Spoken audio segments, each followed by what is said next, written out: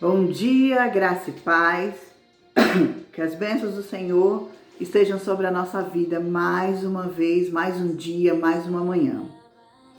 Hoje eu vou falar 3 capítulos, né? Capítulos 5, 6 e 7 de Esther. O que acontece nesses capítulos? Amã, lembra que Amã tinha engendrado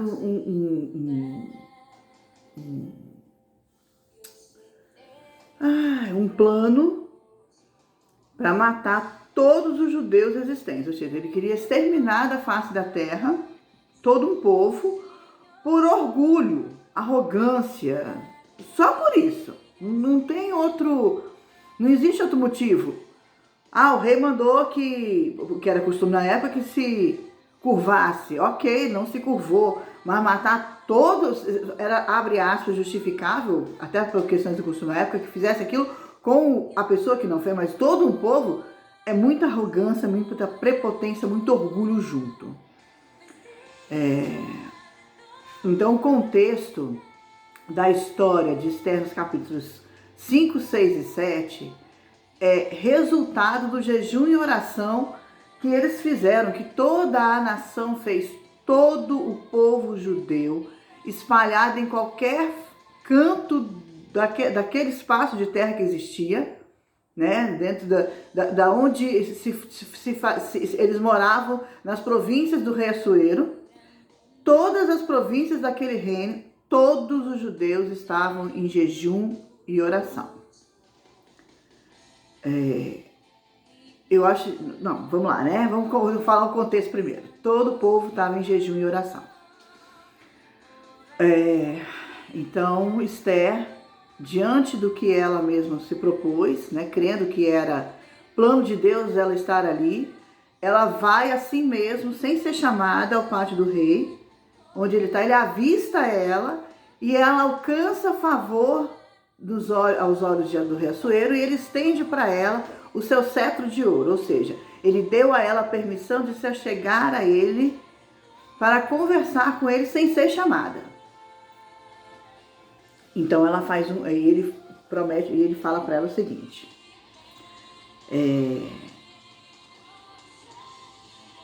ele fala para ela: o que é que tens, rainha Esther, e qual é a tua petição? Até metade do reino se te dará. Ou seja, ele amava muito a Esther. 5 anos tinham se passado e ele realmente amava, como estava lá no versículo que nós lemos anteriormente, ele amou Esther mais do que todas as mulheres. Ele amava Esther mais do que todas as mulheres. Então, o que acontece?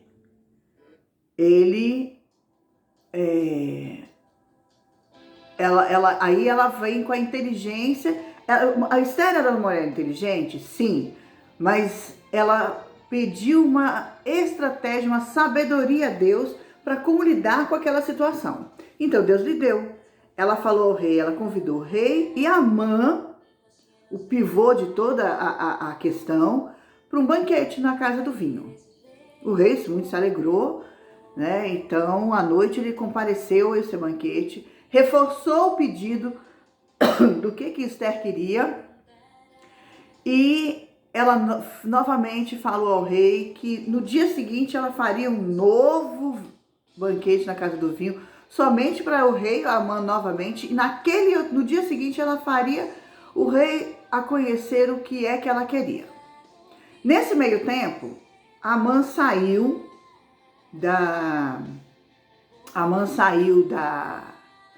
do banquete, feliz, né? Porque afinal de contas ele se sentiu muito honrado. A rainha tinha feito um banquete somente para ele e para o rei. Então ele se sentiu o máximo, né? Ele era a Coca-Cola, né? Porque dentre todos os refrigerantes, todo mundo, a gente sempre sabe que a Coca-Cola é aquela mais gostosa. Ele era a Coca-Cola. E ele chega em casa falando sobre tudo isso. E aí a esposa dele, que era tão ruim quanto ele, tão arrogante quanto ele, ela fala o seguinte: porque ele saiu do banquete muito feliz, mas quando ele viu Mordecai sentado lá nas portas do átrio, ele ficou revoltado, e toda aquela felicidade que ele tinha sentido foi-se ladeira abaixo.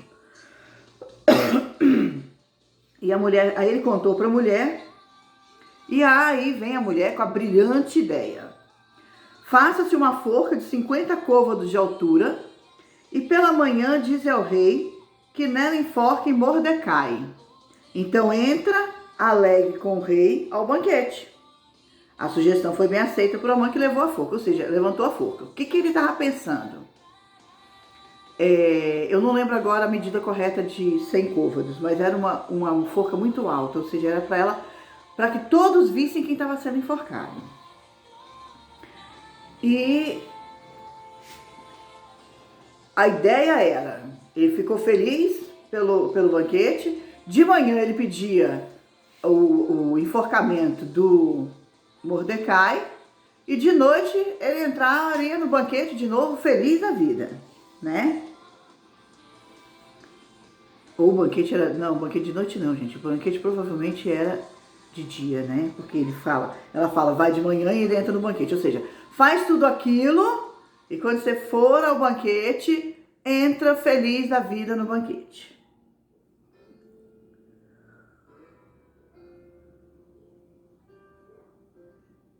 Aí, que realmente na Bíblia não fala qual é o horário, viu, gente? Aí o que acontece? Isso foi de noite, né? Não, quando ele chegou do banquete. De noite, naquela noite, então provavelmente, gente, talvez pelo texto, digamos que esse banquete era o almoço. Naquela noite, o rei não pôde dormir.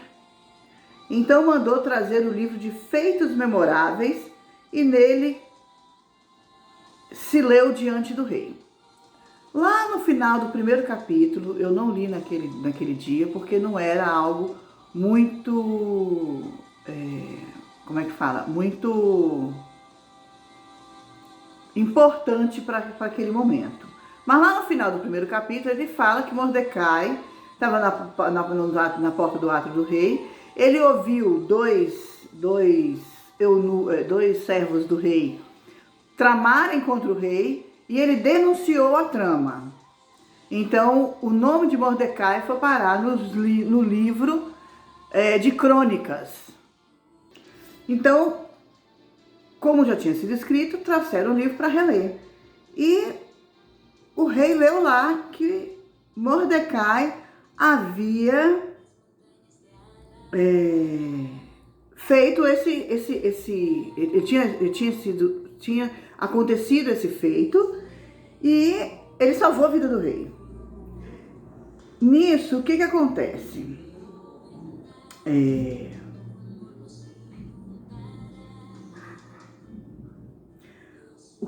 Aí o rei perguntou para os servos. No versículo 3 do capítulo 6 fala assim: Então disse o rei, que honras e distinção se deram a Mordecai por isso? Nada lhe foi conferido, responderam os servos do rei que o serviam. Ok. E aí ele descobriu que nada tinham feito, né? Ou seja, não fez nada. Nisso, Mordecai estava lá no pátio, aguardando o rei chamar para ele dar a brilhante ideia de enforcar Mordecai por ódio de uma pessoa apenas porque não se curvou perante ela, ou seja, não engrandeceu a vida dele, né? Não engrandeceu a ele. Aí o rei quis saber quem estava lá no pátio, e era a mãe, né? Aguardando, então o rei mandou que a mãe entrasse. A mãe entrou, ele fez a pergunta ao rei, e a mãe, achando que era ele que ia ser o engrandecido mais ainda, ou seja, lá estamos falando de novo do orgulho, do eu sou o melhor do que todos, eu sou. Ele fala o seguinte: apressa-te. Não, ele fala aqui, cadê? Ele respondeu ao rei: quanto ao homem a quem agrada ao rei honrá-lo, tragam-se as vestes reais que o rei costuma usar. Ou seja, olha, veja bem, ele queria inclusive ser comparado ao rei. E o cavalo em que o rei costuma andar montado, e tenha na cabeça a coroa real. Entreguem-se as vestes e o cavalo às mãos dos mais nobres príncipes do rei, e vistam-se delas a quem o rei deseja honrar. Levem-no a cavalo pela praça da cidade e diante dela apregoem-se. Assim se faz ao homem a quem o rei deseja honrar. Veja bem, né? Ele achava tanto que era ele, que ele fala o seguinte, era quase um sonho de seja um rei por alguns instantes. Ele queria, inclusive, que todos os príncipes, os mais nobres, estivessem lá para honrar ele, ou seja, para mostrar que ele era melhor, inclusive, que todos os príncipes mais nobres. E aí Assuero manda ele se apressar e fazer tudo isso a Mordecai. Aí eu fico imaginando o ódio que esse homem não sentiu, né? Ele é obrigado a fazer isso. Os eunucos voltam a chamar ele para o banquete. Ele é obrigado agora a ir ao banquete com a garganta entalada de raiva, de ódio do que aconteceu. E a rainha Esther, quando o rei fala novamente no banquete o que é que acontece, né, o que o rei queria, ela fala então o que é que realmente, ela fala assim, no versículo 3, 4, 5 e 6, no versículo 7, do capítulo 7, Esther fala: Então respondeu a rainha Esther e disse: Se perante a ti, ó rei, achei favor, e se bem parecer ao rei, dê-se-me por minha petição a minha vida, e pelo meu desejo a vida do meu povo. Porque fomos vendidos, eu e meu povo, para nos destruírem, matarem e aniquilarem de vez. Se ainda como servos e como servas nos tivessem vendido, calar-me-ia, porque o inimigo não merece que eu moleste o rei. Então falou o rei Assuero e disse à rainha Esther: Quem é esse e onde está esse cujo coração o instigou a fazer assim? Respondeu Esther: O adversário inimigo é este mau Amã. Então Amã se perturbou perante o rei e a rainha. Parece que o tiro saiu pela culatra, né?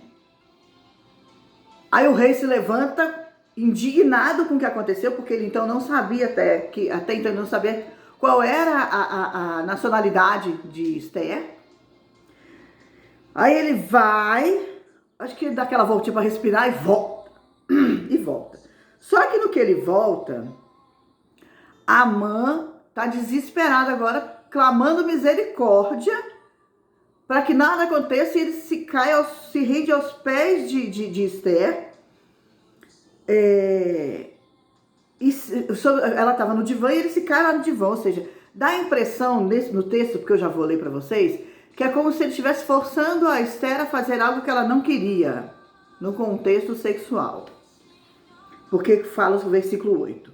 Tornando o rei do jardim, do palácio à casa, do banquete do vinho, Amã tinha caído sobre o divã em que se achava Esther. Então disse o rei: Acaso teria ele querido forçar a rainha perante mim, na minha casa? Tendo o rei dito essas palavras, cobriram o rosto de Amã. Por causa desse versículo, para mim dá a entender que seria algo assim, né? Algo na questão sexual. Então, no versículo 10, fala o seguinte. 9 e 10. Então disse Arbona, um dos eunucos que serviam o rei: Eis que existe, junto à casa de Amã, a forca de 50 côvados de altura que ele preparou para Mordecai, que falara em defesa do rei. Então disse o rei: enforca-o nela. E então o furor do rei se aplacou. Aí agora vamos lá. Tudo que Amã fez contra o povo de Deus se virou contra ele. O povo de Deus até ali não havia feito nada. Nada, nada, nada. O povo simplesmente orou, jejuou, Deus deu a estratégia e Esther cumpriu a estratégia que Deus tinha para aquele momento. E aí eu fico pensando, hoje, como somos nós? Nós muitas vezes não deixamos Deus ser entronizado nas nossas vidas. Nós somos cheios de muito eu. Nós somos muito egocêntricos. Eu preciso, eu necessito, eu quero ser elogiada, eu quero que as pessoas reconheçam o que eu faço, eu quero. Existe um versículo que agora eu não lembro, mas que, na verdade, eu nem lembro se é um versículo, hein? A gente lê tanto a Bíblia que às vezes a gente não... E a gente conversa muitas coisas que às vezes a gente não sabe se é um versículo, se é uma música. Depois, no próximo vídeo, eu procuro e falo para vocês. Mas existe uma música que fala que Deus cresça e que diminua eu. E é isso que tem que acontecer nas nossas vidas. Tudo que foi projetado por um coração egocêntrico que queria ser exaltado acima, inclusive do rei, porque ele quis viver momentos em que ele seria o rei, foi derrubado na força da oração e do jejum. Esther não fez nada. Esther orou, jejuou e cumpriu aquilo que ela acreditava ser estratégia de Deus para aquele momento. Ou seja, as armas da nossa milícia, o que quando nós temos que lutar, as primeiras armas nossas são jejum e oração. Jejum e oração. Como está a sua vida hoje? Quem são os seus inimigos hoje?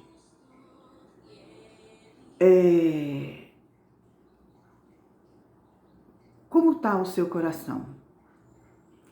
Você quer que Deus seja entronizado na sua vida? Nós queremos, nós vamos botar junto que eu também tenho meus inimigos. Nós queremos que Deus seja entronizado na nossa vida, que a honra e a glória seja dele, ou a gente quer que lá no nosso fundo do nosso coração a gente quer que nós apareçamos. Depois a gente dá honra e glória a ele, mas primeiro nós. Diante disso, vamos colocar os nossos joelhos no chão, dobrar os nossos joelhos, clamar ao Senhor e pedir que Ele seja sempre entronizado na nossa vida.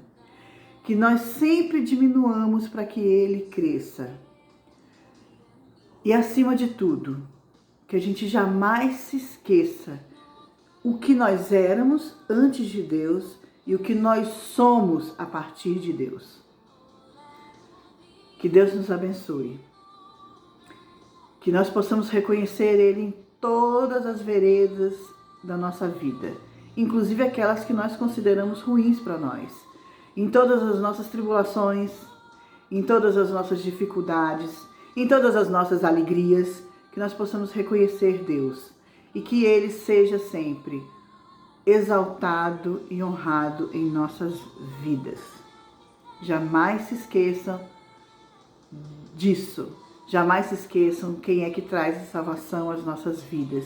Jamais se esqueçam quem é o Deus que deu o seu único Filho para que nele possamos ser a cada dia lavados e remidos no seu sangue, no sangue de Jesus. Deus nos abençoe e que as misericórdias dele e as bênçãos nos alcancem. O favor de Deus alcance as nossas vidas. Bom dia! Deus nos abençoe.